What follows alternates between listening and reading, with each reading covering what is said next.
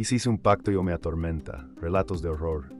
Mi nombre es Rosendo. Toda mi vida he estado en el mismo pueblo, para ser preciso, también en la misma casa. Aquí extrañé a mis hijos, pero actualmente vivo con mi esposa, Luisa. Esta casa la construimos con mucho esfuerzo y trabajo duro. Siempre fue nuestro más grande proyecto. Mi casa se encuentra en las afueras del pueblo, en una colonia que ha ido creciendo a paso lento, pero en donde anteriormente solamente se encontraba mi casa y la de mi mejor amigo de la infancia, Alberto. Siempre fuimos muy unidos desde pequeños. Habíamos comprado los terrenos uno al lado del otro y pocos años después comenzamos a construir. Desafortunadamente, Alberto falleció de un paro cardíaco, por lo que la casa quedó sola. Sus hijos vinieron a verla y pocas semanas después la pusieron en venta. Para mí fue una noticia muy triste. Estaba seguro de que su padre no hubiese querido eso, pero tampoco había mucho que yo podría hacer. No la podía comprar. Además, solamente éramos mi esposa y yo. No necesitábamos otra casa.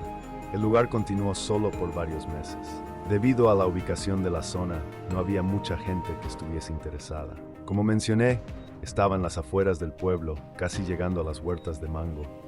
Para ese entonces, no había más casas a los alrededores y se podría decir que el lugar se sentía un poco apartado.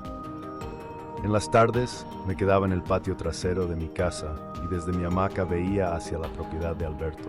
Me daba mucha tristeza, teníamos muchos recuerdos con él, ya que nuestros patios estaban conectados. Durante las tardes, mi esposa y yo solíamos platicar con Alberto. Podía verlo barrer las hojas del árbol de almendro que estaba frente a su puerta trasera. Nuestro perro también iba a visitarlo todos los días. En algunas ocasiones, el hombre se quedaba dormido en su hamaca por largos ratos. Eso hasta que mi esposa lo invitaba a comer a la casa. Nuestros hogares eran como uno solo. Tardabas menos de un minuto atravesando el patio para ir de mi puerta trasera a la suya. Fue una pérdida que nos dolió mucho, pero nos tranquilizaba pensar que estaba descansando en paz junto a su esposa. Una tarde, a los pocos meses después de la pérdida de Alberto, nos dimos cuenta de que alguien estaba llegando a la casa. Lo primero que resaltó fue la camioneta lujosa que traía aquel hombre. Yo venía pasando en mi bicicleta cuando la vi. Cuando entré a la casa le comenté a mi mujer. Ella me respondió que parecía ser el nuevo vecino. Desde ese momento, a mí no me gustó la idea. En el pueblo, ese tipo de camionetas lujosas no tenían buena reputación. Pero me dije que no iba a tener prejuicios, que tal vez no se trataba de lo que yo estaba pensando. Al día siguiente pude verle la cara al muchacho que iba a vivir a mi lado. Era un hombre de alrededor de 25 años. Iba subiendo su camioneta. Llevaba un chaleco de protección y una radio encima. Los primeros días, el hombre no se la pasaba en la casa. Solamente venía por algunas horas. Como mencioné, las propiedades estaban cerca, se podía escuchar si había gente o no. Fue hasta el primer fin de semana que escuché que llegaron más personas. Había otras 2 camionetas lujosas estacionadas enfrente. Parecía que estaban organizando una fiesta, ya que había música y gente hablando. Esa noche, mi esposa y yo nos desvelamos. No pudimos dormir a causa del ruido. Yo estuve a nada de ir a reclamar, pero mi mujer no me dejó. Se escuchaba que esa gente estaba muy tomada y quería evitar algún accidente.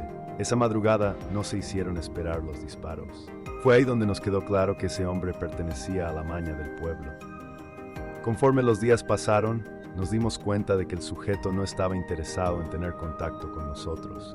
Nunca nos saludaba y nunca se presentó formalmente. Solamente lo veíamos entrar y salir, cosa que mi esposa y yo agradecimos. Honestamente, no queríamos tener nada que ver con gente así. Luisa estaba nerviosa la mayor parte del tiempo.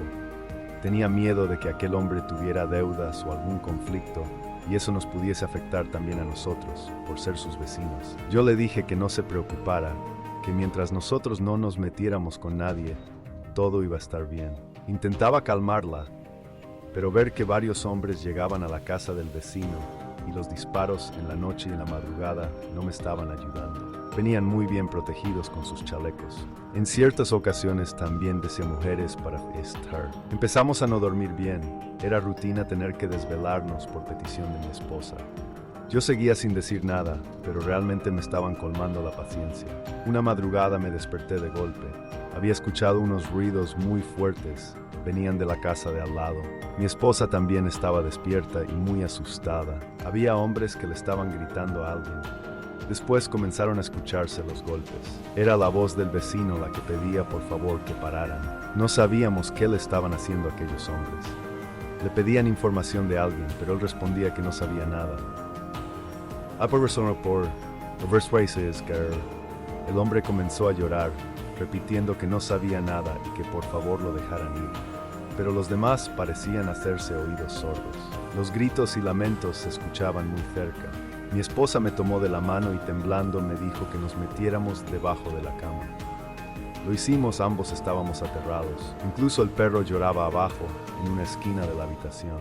El hombre comenzó a gritar mucho más fuerte. Eran unos lamentos horribles. Jamás en mi vida había escuchado a alguien implorar de esa manera.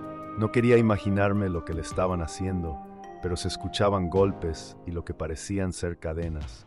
Mi mujer estaba casi abrazándome bajo la cama, intentaba taparse los oídos con las manos, mientras yo cerraba los ojos con mucha fuerza, intentando pensar en otras cosas.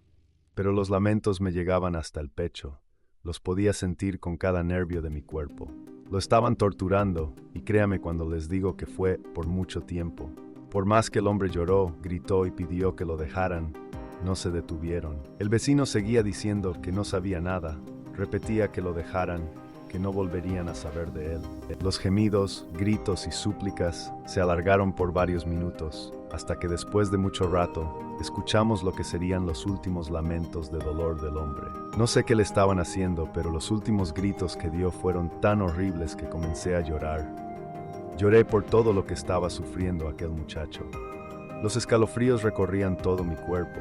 Mi esposa temblaba entre mis brazos. Jamás en mi vida he vivido algo tan aterrador. La voz del hombre se hacía cada vez más débil, hasta que de pronto no se escuchó ningún lamento más. Los hombres comenzaron a hablar entre ellos. Después unas camionetas arrancaron. Al final solo quedó el ruido de la noche. Fue ahí donde comencé a respirar tranquilamente. Esa gente se había ido y no nos había hecho nada. No sé qué hubiera pasado si hubiesen entrado a nuestra casa. Ni siquiera quiero imaginar qué se les hubiese ocurrido atravesar el patio y cruzar nuestra puerta. Esa noche no pudimos dormir. Mi esposa no quería salir de la casa. Yo también tenía miedo. Estábamos aún en el cuarto cuando escuchamos que había gente afuera. Poco después nos dimos cuenta de que era la policía del municipio. Ya estaban enterados de lo sucedido. El policía se presentó a nuestra puerta. Poco después nos hizo algunas preguntas relacionadas a la noche anterior. Fue ahí donde el hombre nos confirmó que el vecino había fallecido. Su cuerpo estaba quemado en la sala de la casa. Yo sentía que mis piernas flaquearon cuando escuché eso. El policía nos explicó.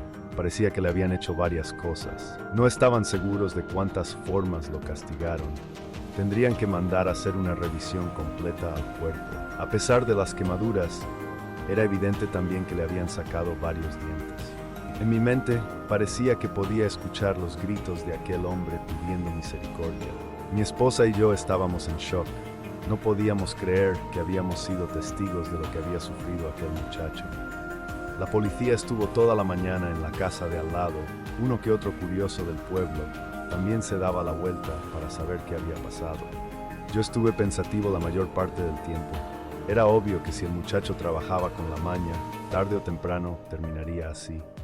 Pero el recuerdo de estar bajo la cama, temblando de miedo y escuchando los desgarradores lamentos, me daba escalofríos. Esa noche mi esposa y yo nos acostamos en silencio. Ella se acercó poco a poco a mí y comenzó a llorar. No tuvo que decirme qué pasaba. Era obvio que el hecho de la noche anterior la había dejado impactada. El siguiente día pasó tranquilo. Luisa y yo seguimos nuestra rutina normal. Intentábamos pasar página con lo que había sucedido. El que sí estuvo un poco intranquilo fue nuestro perro. El animal parecía no estar cómodo en ningún lado de la casa. Se echaba en una esquina, pero al poco rato caminaba para otro lado, y así varias veces. Cuando comenzó a caer la noche, sucedió lo mismo. El perro parecía agitado y esta vez comenzó a ladrar por mucho rato. Se paraba al lado de la puerta y comenzaba a hacerlo. Parecía que quería salir, pero cuando le abríamos para que lo hiciera, solo comenzaba a lamentarse hasta que lo volvíamos a cerrar. No entendíamos nada. Fue hasta la mañana siguiente, cuando regresé de la huerta, que mi esposa me contó que estaba barriendo el patio que conectaba con la casa del vecino. En eso, El perro comenzó a gruñir en dirección a la propiedad. Parecía estar viendo a alguien directamente en la puerta, pero no había nada. Después, Rod Racing, Palminos de Before.